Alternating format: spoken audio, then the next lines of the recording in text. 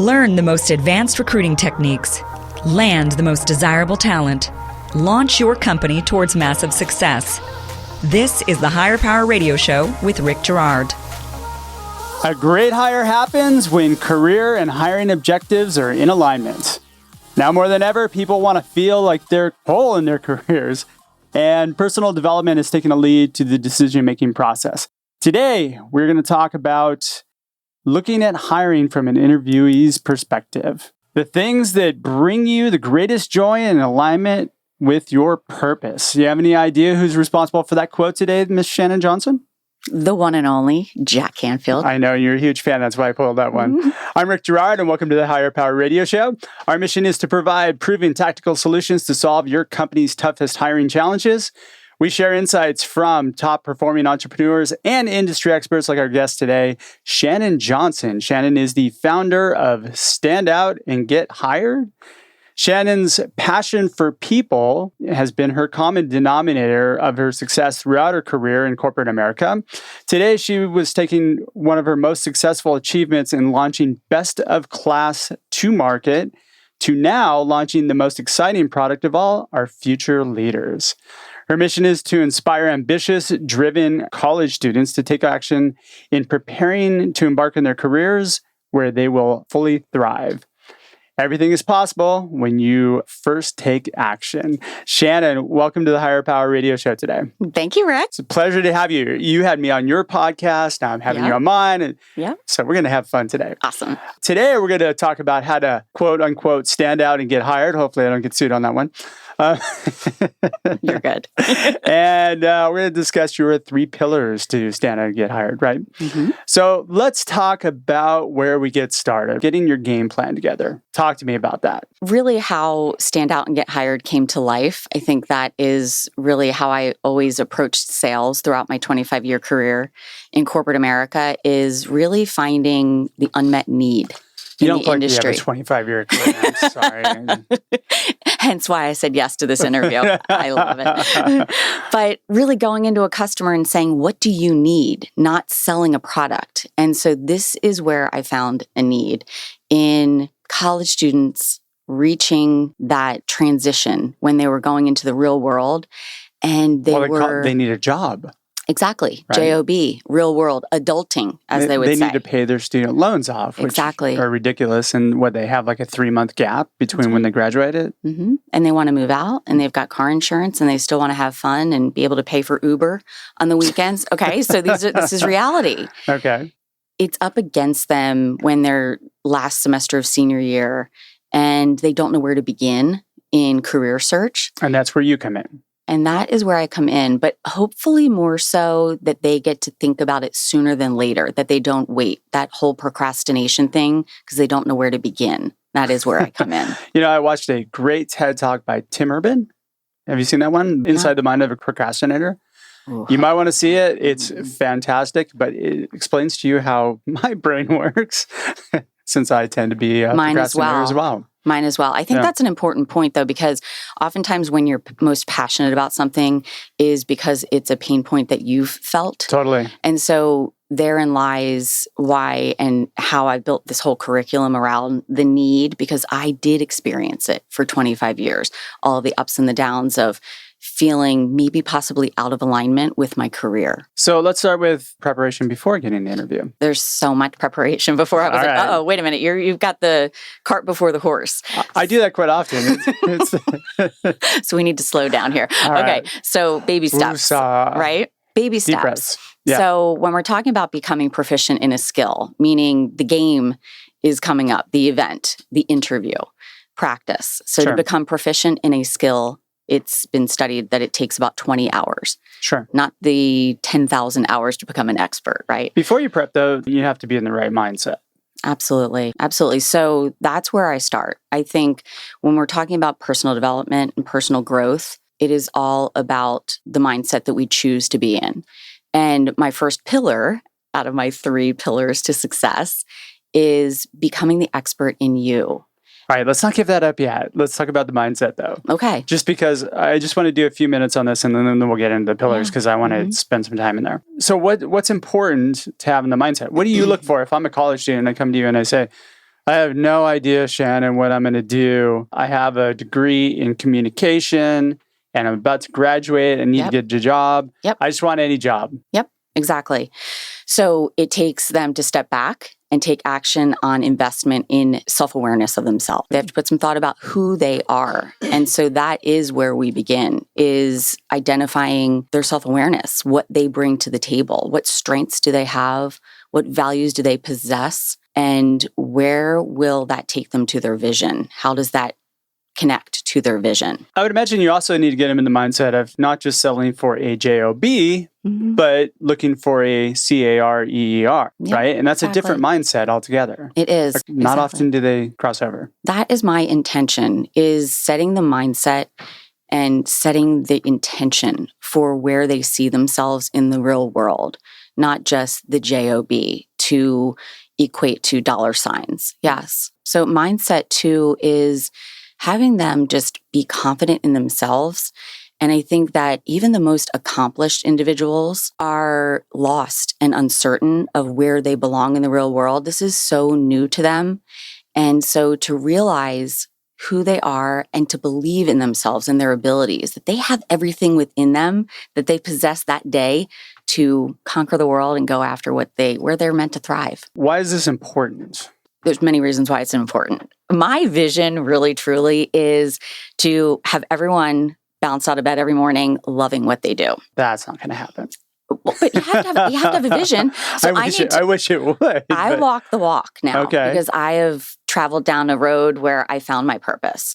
And so my intention is for others to strive for that as well. And I totally get that, but there's too many people that settle, I know. right? Yeah, and that's my mission for them. So you have to change a whole mindset around settling. Exactly. So take control. You want people to bounce out of bed and be like, I'm going to work today. Woo! That's right. And be excited. That's correct. Okay. Yeah.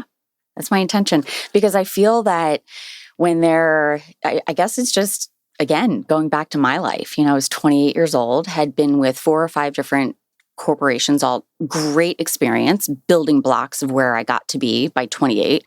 But I've met so many young adults that just kind of fell into the career that didn't think with intention when they were going to those career fairs or starting to network on LinkedIn and where they're meant to be. See, what's interesting though, you probably took your first job because that was offered to you and you looked at it and you went, okay, well, they're going to pay me and it's money and I'll just see if I like it. I think you and I both came out of that same era where it was trial by error. I got into recruiting just because I had the opportunity to move to a place, which was Sun Valley, Idaho, where I could snowboard during the winter time. And that was my whole reason for getting into recruiting. And I had the opportunity to do that. The money came with it when I started to get good, and then that developed into a passion. Yeah. I will say that my first company that I chose to work for, I had 2 offers on the table. And I'm going to date myself. So the offers were, $22,000 a year and $25,000 a year. Very competitive. I chose the one that was offering me $22,000. Why? And I go back to this with students that I work with, it was the culture that I believed in, that the company exuded, that was more in alignment with me. The $3,000 a year. But how did you know that back then? Because culture wasn't really a thing that was talked about or very important. Yeah. It's super important today, and people should look at that first. Like, do I fit here? I never met anybody other than my boss before I took the job. That's such a good point. I think it was the feeling that I got. And the people that I did speak with, they just made me feel comfortable. They made me feel like I could be me. Okay. Does that make sense? And whether you use the word culture or alignment or whatever you want to use, it goes back to being true to you. And just for some reason, when they extended the offer, I just felt like, okay, this is going to be the place for me. Now, did I stay there? No. I moved on extremely quickly because then I was sought after, and that was a good thing. You put yourself in a position where you're sought after.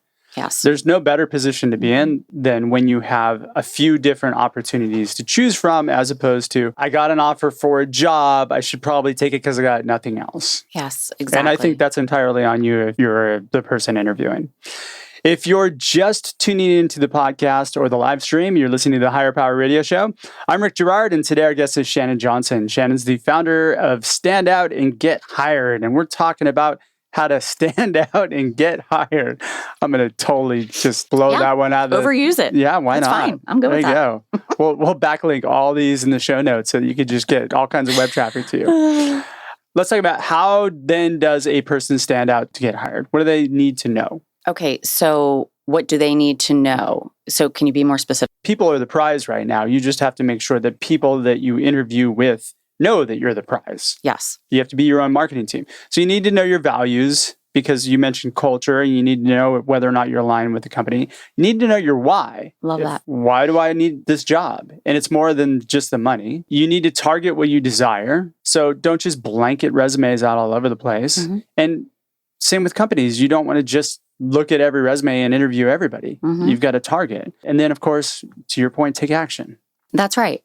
So back to when Stand Out and Get Hired was born, it came down to one individual. And the first question I asked her, she thought she knew where she wanted to go in career. But the first question I asked her is, who are you? So we did start in the basics. Did she break out of tears and just start crying? I have no idea who I am. I've told you this story before. No, I don't know. Did you? She really did. Oh, I didn't know that. No. That's absolutely the story. And so I handed her a tissue and I said, wipe your tears. I'll tell you who you are. And but to that point though, the best times in my career was when I was maybe standing on a stage after winning an award and my manager would be stating words about me. And I was like, wow, that is me. And it was just my innate strengths that I already possessed that I just thought, well, big deal. Doesn't everybody have that? Isn't everybody positive when they wake up in the morning? Aren't they strategic thinking? Don't they have a lot of ideas? These are my strengths. So this is where we start. This is where I start with Stand Out and Get Hired and all of my clients. That day that I met with that girl that had tears, I tasked her to go to 5 to 7 people in her life and ask, who am I? Describe me in 3 words and why. It really comes to self-identity and self-awareness and start to appreciate really who you are. Don't they teach self-awareness in college? Well, that's it's 4 years question. You should walk out of there with, right? I don't feel that it is focused on. We call it soft skills, right? And I think that the world, they need the soft skills. The books can't teach them. The Jack Canfields of the world, the mindset and intention and all of that. There's not that many courses that focus on this. But just to answer your question to what else do these candidates need? These recent graduates that are already highly accomplished, maybe have won awards in sports and academics and all, they do need to start with values, visions, and strength. And that's the first core part of my curriculum. And I think that before you even get to that interview, you need to go in with authority and be able to skillfully articulate and showcase what you bring. All right, so let's break that down. Your 3 pillars to your brand are what? So the first one, we start on being the expert in you. Okay, so building your personal brand. Building your brand. Yep. Which is important for everybody today. That's right. Because the world is full of influencers. Mm-hmm. That's right. You'll have people listening to what you have to say. But as a 21 or 22-year-old, they haven't had much experience. Some have done internships and interviewed, but to actually present themselves and say to the employer, this is what I bring, and how to, again, skillfully articulate it to the employer to let them know, is this the right person? Is this the right one with the best motivational fit? They first have to be able to talk about themselves. But here's the thing. Most employers don't really have a system, and they usually hire based on whether or not they like somebody. True. Likability is usually the highest reason why employers hire. That's right. They really don't evaluate for culture. There are a lot of employers who will flip it and it'll be 100% skills. And then, he's got the skills, so let's bring it. But coming out of college, you're hired based on whether or not they like you. That's right. The 3 pillars are building your brand. What's the next one? Is growing your quality network. Okay. Huge. Okay. And then the third one? And the third one is interviewing skills to beat your competition. All right. I like that. So that's what we're going to dig in. It's very competitive. All right. So building the brand, what are you having people focus on? I first have them do a strengths assessment. We do Strengths Finder, which is Clifton Strengths. Okay. And I am fascinated with studies. Evidence-based medicine is what I focused on in pharmaceutical sales for almost 18 years. Okay. And so strengths brings people to life. It makes them understand who they really are. And so it's a validated study that has identified 34 themes in human beings, and we focus on their top 5. And from there, we go into dreaming, like what their vision is and what type of culture is going to match that vision. and their values, what they stand by. And we do a whole exercise around what values mean to them. I figure out what my strengths are. I have to take an assessment to do that.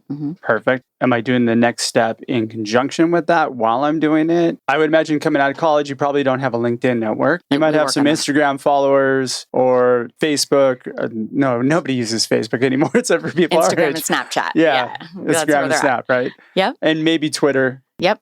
Exactly. Are we talking about building that network up bigger? Absolutely. So in the first pillar, we start to work on resume, bringing them to life on paper based on what their strengths come up with. And then we also do develop their LinkedIn profile. Most college students are going after internships before junior year or senior year. It depends. Oftentimes during semester too. And so it's really smart for them to have a LinkedIn profile, and we work on that. So we do their resume first, and then we build their LinkedIn profile. Shouldn't the internship morph its way into being that first job that person takes? It can be. Internships can be looked at. I think the main way to view an internship is to start down the path that you're going towards the alignment. Like for instance, if you're going towards sales or business in general, to work with a company that has a very well-known name with an amazing training, that may contribute to where they're going. It may not be the company they want to end up with. With me personally, I did an internship that I eliminated that. I crossed that off the list because I said, that's not for me. So it's great to know kind of process of elimination, what you don't like and what you love. Building your LinkedIn network is super important, especially in business. Targeting companies that you like or that you respect, or maybe based on what you learn from your strength finder, and then connecting with the CEOs and working your way down. Correct. Absolutely. That's a strategy we work with. LinkedIn is an amazing platform to be able to search for job titles, not just companies. I hate it and I love it at the same time. Exactly. Love, hate. Same with me. Yeah. Exactly. But you can do all the research. And that is the key thing with the second pillar, going into networking, is really doing the research. Because when the time comes when you do get the interview, those that have done the research, that have called people that work for the company, that really get insight into what a day in the life looks like, because you really don't know what you don't know until you get into it. So doing the research as though you're already in it is so critical. So doing the research and getting out. Get off your anatomy. Exactly. And go network. That's right. Meet people. Meet more people. There's a lot of meetup groups that you can go to that cover your areas of interest. You can go meet people, find similar minds, and maybe you just start up a company. That's an option. There's a lot of people that do that. If it's in you. If you're an entrepreneur. Not everyone is. Oh, I believe maybe there's an entrepreneurial bone in most people, especially the procrastinators who don't get jobs. Exactly. The creatives. I love that. Yep. Now let's talk about sharpening your interview skills. What skills do they need to beat their competition? They need to stand out. They need to be true to themselves. So I do have a system that I've built a strengths dashboard, and it builds off of all of your experiences and stories throughout your life thus far. And I have a guide of 10 different behaviors that I focus on and give them interview questions to role play and to mock interview. Like I put them on the hot seat, and I call it their success brag book. And so we build stories. So when they're asked these questions, so they can be as prepared as possible walking in. So they've got I date myself again, with the Rolodex in their brain, they have about 16 to 18 awesome stories. So whatever comes at them, they're ready. And they're like, boom, I'm going to use this answer for that. And then we walk through a step process, how to get to the result and what the interviewer is looking for in their answer. So the key is you're preparing them. Absolutely. And making sure that they're prepared with stories. That's right. And providing evidence based on what the interviewer needs to hear. Oftentimes the question comes out, tell me about a time when. And so you need to really illustrate and make that. So those are behavioral questions, which I don't find a lot of companies do. So it really depends on the industry. They might sprinkle a couple in, but a lot of them tend to do situational questions like, how would you handle a situation like this? So are you having them turn those into like behaviorals? Well, I can tell you when I had that situation come up, and here's how, like a story about that. It is all based off of 10 behaviors, decision-making, analytics, and this is for the most part in the business world of what my former company worked off of, and each identify a certain behavior. So it gives them an idea of how this individual will react and be proactive on the job. So one of the things you said was be yourself. You just took me back to bad dating advice that I got from my mom when I was like 16, right? Well, that was Because you don't necessarily want to be yourself. You want to be the best version of yourself. That's right. That would translate to the interview. Of course. And I feel that every morning, that's what you should be focusing on, not just in an interview. I agree with you 100%. Like I try to be, but sometimes my brain doesn't work that way. But that's why we do what we do, Rick, is to help other people elevate, level them up. And that's why I'm so passionate about helping these young adults embarking on the real world. It's like an impact that you and I can make on having that employer have the most engaged employee, and the company has a better reputation, satisfaction online or wherever they look, and the employee is happier. And you're relentless with follow-up. It's your responsibility as the person who's interviewing to make sure that you're in charge of your life. That's right. It's your search. Own it. I focus on that in my third pillar as well. All the before, after, during, all the tactics that are necessary to really make them memorable. So my takeaways from this are align with your purpose, take action to beat your competition, because most people just wait for a response. And then your 3 pillars are self-awareness, grow your quality network, and sharpen your interview skills. That is correct. And we're out of time, Shannon. That's awesome. Thank you. Thanks for your time investment today, and welcome to the Higher Power Radio community. Thank you, Rick. Now, I'm sure that members of our community would like to reach you. How do they reach you? So I can be reached on Instagram, LinkedIn, or Facebook. Have all pages. Stand Out and Get Hired, Shannon Johnson. Email and spell your name. Oh, Shannon, Shannon, like every Irish girl. And Johnson, Johnsson. Perfect. They can find you at standoutandgethired.com. Yes, correct. Perfect. All right. I want to thank our listening audience for tuning in to this week's episode of Higher Power. A quick thanks to our team, our engineer, Paul Roberts, our producers, Andrea Ballin, Shanti Ryle, and Ayla Gerard. If you're listening to the podcast, please subscribe, rate, and review. We need your feedback to bring more highly valuable content to you. You can join the Higher Power Radio community at Higher, that's Hire, Power, Power, radio.com.